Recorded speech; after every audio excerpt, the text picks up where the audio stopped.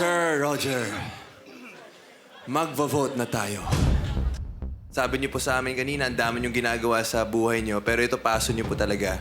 At nakikita namin yon, isang inspirasyon ka sa lahat ng tao, hindi lang kabataan, yung matatanda rin.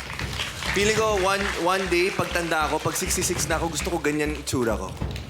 Thank At you, gusto sir. kong makita kung ano pang acts ang gagawin mo. Kaya para sa akin, it's a yes, sir. Wow, thank you, ma'am. Yes, sir. Roger, Yes, ma'am. dahil sa sinabi mong ikaw ay frustrated, gusto kong tanggalin yung frustrated. Thank you.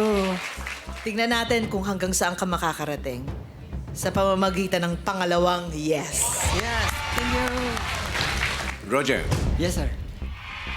kung pagbabasihan natin ang talent mo per se, regardless of age, ordinary ang ginawa mo. I have to say no to you. Kailangan niyo po ng 3 yes para makapasok sa next round. At next and final judge ay si Catherine. Nagtatalo lang sa isip ko ngayon kung mag-yes ako or mag-no. Kasi syempre for safety reasons din. Baka pag mag-yes ako, i-challenge nyo lalo yung sarili nyo. Baka may gawin kayo na, wag nyo lang pong pilitin kapag hindi kaya. Kasi sa ginawa nyo palang na-impress na naman po kami. So paano ba? Anong gagawin ko? Just say yes, ma'am. I can do it, ma'am.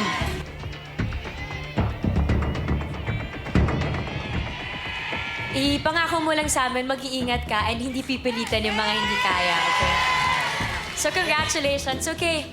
You have my word. You got 3 yeses. Yeah. Congratulations, Sir Roger! Pasok po kayo sa next round. See you there, sir. Ingat. Mahirap yun. Mahirap yun. At his age, yeah. Yeah. Naintindihan kita. Kaya ano ako, baka pag-uwi niya, kung ano-anong gawin niya. Yes, wala talaga sa edad ang talent. At yes, talagang nakakagwapo ang white sandal. Like Lolo Rogelio. Congratulations!